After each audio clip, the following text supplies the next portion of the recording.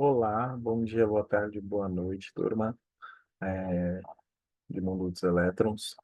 Esse quarto bimestre, né, as aulas vão ser mais curtas, para que vocês, né, entendam que vocês têm uma dedicação aí também ao vestibular e às últimas provas do colégio, tá bom?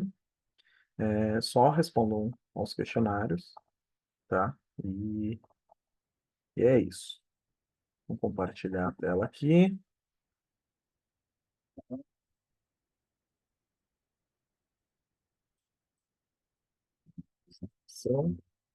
Bom,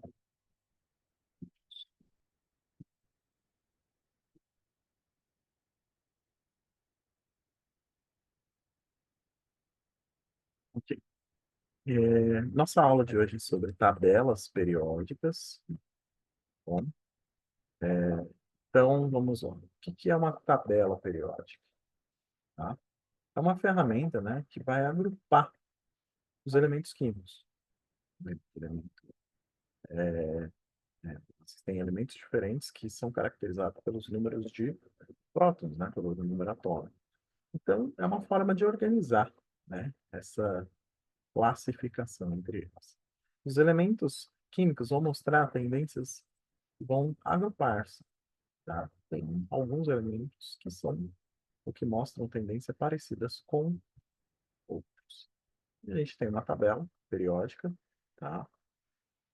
É, Vou deixar um tempo ela aqui e a gente vai falar mais sobre, tá? Mas eu divido essa tabela tanto na vertical, né, quanto na horizontal, tudo bem? Certas propriedades de elementos seguem um esquema repetitivo, ou seja, um esquema periódico, tá aí o nome tabela periódica, tá?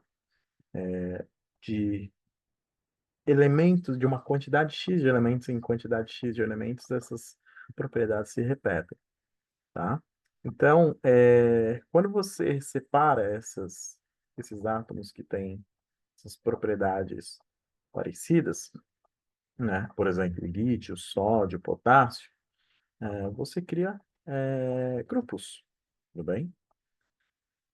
A lei periódica, que é a grande generalização da química, fala que as propriedades físicas e químicas são funções periódicas dos seus números atômicos, ou seja, vão mudando de acordo conforme muda o número atômico. Você divide a tabela de duas maneiras. Horizontalmente, a gente chama de períodos, né? Um período, dois períodos, três períodos. Cada faixa horizontal é um período, cada faixa vertical é um grupo, bem? O número atômico, ou seja, a quantidade de prótons, ele aumenta de cima para baixo, né? Então, dentro de um mesmo grupo de cima para baixo, dentro de uma mesma família, no mesmo período, perdão, dentro de mesmo, uma família não, dentro de um mesmo período, ele aumenta da esquerda da tabela, quando você visualiza a tabela, quando a tabela está de frente, para você da esquerda para a direita, certo? Então, quando você está vendo a tabela da sua esquerda para a sua direita e de cima para baixo, tá? Dentro de um grupo, uma faixa vertical, né, os elementos têm propriedades semelhantes, tá bom? Então, a UPAC em 1985 determinou chamar cada coluna, né, de grupo. Os grupos são numerados de 1 a 18, tá? Então, ó, nota que aqui a gente tem a tabela completa, que tem essas colunas no meio aqui, que a gente vai dar uma separada na representação dela, tudo bem?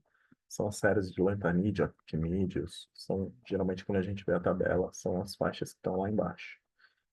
Grupo um, grupo 2, grupo 3, aí grupo 4, 5, 6, blá blá blá, até chegar no grupo 18. Tá bom? Então tá aqui, né?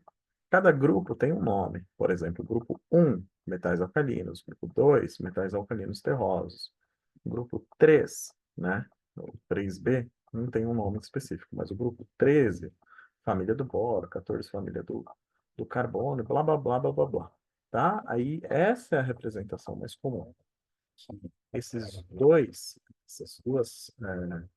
faixas horizontais aqui são omitidas, colocadas embaixo por uma questão de espaço, uma questão de representação, tá? Que são os lantanídeos e os actinídeos. Bom, nos grupos, né, por exemplo, o grupo 1, os metais alcalinos, a gente nota, né, aqui, que tá aqui em cima, lítio, sódio, potássio, o lídio, confesso que eu não sei, não lembro a tradução, césio, frâncio, são todos uma mesma característica, né? São metais. O hidrogênio aqui, o primeiro, ele foge um pouco, mas a gente vai deixar ele um pouco de lado. Mas todos eles, né, têm, por exemplo, um elétron na camada de valência, um elétron na última camada. O hidrogênio só tem um elétron mesmo, tá? O lítio tem duas camadas, na primeira ele tem dois elétrons, na terceira ele tem um elétron, tá? O sódio tem 11 elétrons, certo? Na primeira ele tem dois, na segunda ele tem oito, que é a máxima, a capacidade máxima, na terceira ele vai ter um, e assim sucessivamente, tá?